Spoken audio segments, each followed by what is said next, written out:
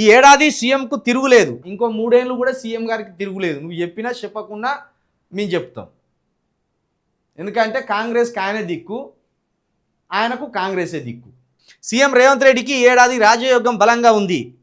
Already రాజ్యయోగంలోనే కూర్చున్నాడు, ఆయన కుర్చీలోనే ఉన్నాడు. ఇంకా మళ్ళీ రాజయోగం ఇక్కడిది కొత్తగా ఏమన్నా ప్రధానమంత్రి అయ్యేటోడా ఏంది? రాజయోగం అంటేనే కుర్చీలో కూర్చోవడం. ఆల్రెడీ 2.5 సంవత్సరాలుగా ఆయన కుర్చీలోనే కూర్చుంటాడు.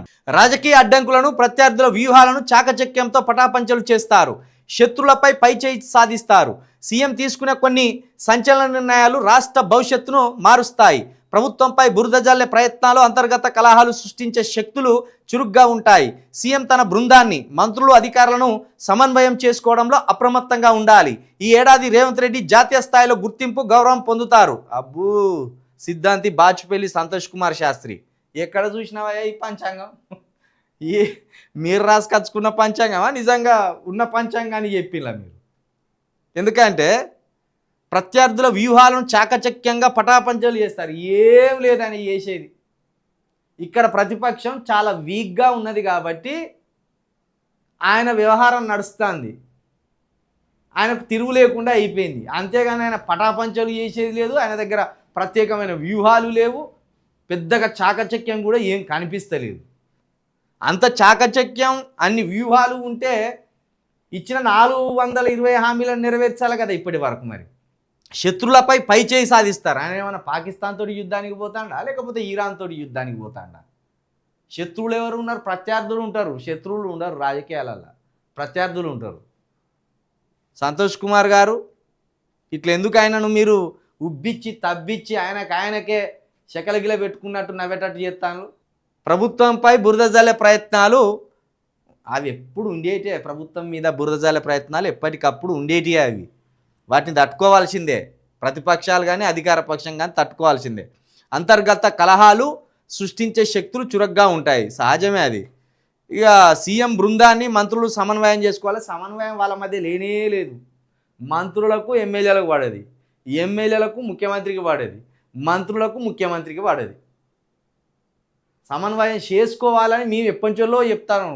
నువ్వు పంచాంగం చూసి చెప్పినాం, మేము రోజు చెప్తూనే ఉన్నాం. ఇక ఈ ఏడాది తర్వాత రేవంత్ రెడ్డికి జాతీయ స్థాయిలో గుర్తింపు, గౌరవం పొందుతుందట. మరి ఏమన్నా మోడీ గారు దించేసి ఈయన ప్రధానమంత్రి అవుతారా ఏంది? మరి సంతోష్ కుమార్ శాస్త్రి గారు చెప్తున్నారు, మోడీని దించేసి రేవంత్ రెడ్డి గారు ప్రధానమంత్రి అవుతారా? ఈ ఏడాది ఎన్నికలు ఏమైనా పెడతారా ఏంది? మరి చెప్పురు. ప్రతిపక్షం బలపడే అవకాశం. ఇప్పుడు వీళ్ళ ముగ్గురి చూడుర్రి, ఎవరికి వారే చెప్తారు.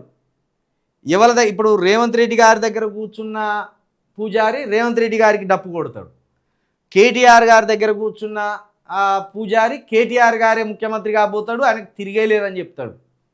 ఇవాళ లేకపోతే ఇంకో నరేంద్ర మోడీ గారి దగ్గర కూర్చున్న పూజారి నరేంద్ర మోడీ గారు ఇంకో 20 సంవత్సరాల అధికారంలో ఉంటారని చెప్తారు. ఈ పంచాంగం అందరికి ఒక తీరుగా ఉండాలి, కానీ ఎవరి పంచాంగం వారే రాసుకొస్తానులా. దీన్ని బట్టే పంచాంగం మీద అనుమానాలు వ్యక్తమవుతాయి. ఇక్కడనేమో అసలు సీఎంకు తిరుగులేదన్నారు, ఇక్కడనేమో ప్రతిపక్షం బలపడుతుందని చెప్తాను. మరి ప్రతిపక్షం బలపడుతుందంటే అధికార పక్షం వీక్ అయినట్టే కదా. అధికార పక్షం వీక్ అవుతుందంటే సీఎం రేవంత్ రెడ్డి సీటు కిందికి ఎసరచ్చినట్టే కదా. మరి ఈ అయ్య గారు ఒకటే పంచాంగాన్ని చెప్తానులా, లేకపోతే వేరు వేరు పంచాంగాలు రాసుకొచ్చుకొని చెప్తానులా? ఎందుకు ఇట్లా జనాలను కన్ఫ్యూజ్ చేస్తారు? ఎందుకు ఇట్లా సామాన్యులు ఆగం చేస్తారు? ఎందుకు ఇట్లా హిందుత్వానికి అవమానాన్ని తీసుకొస్తారు? వీళ్ళు ఒకటి చెప్తారు, వీళ్ళు అది జరగదు, నవ్వుల పాలవుతారు. దీనివల్లనే హిందుత్వానికి చెడ్డ పేరు అంతా ఇటువంటి వాటి వల్లనే. మేము శాస్త్రాలు చూసి చెప్తానామంటారు, కానీ అంత భజనే ఉంటుంది వీళ్ళు చెప్పేది. ఆ శాస్త్రంలో ఉన్నది చెప్తారో చెప్పరో తెలియదు. శాస్త్రంలో ఉన్నది ఉన్నట్టు చెప్తే రేవంత్ రెడ్డికి అన్ని కష్టాలే ఉంటాయి, ప్రధాన ప్రతిపక్షం మొత్తం వీకే ఉంటుంది. ఇట్లా చెప్పాలి. ఇది వేస్టే చదువుడు.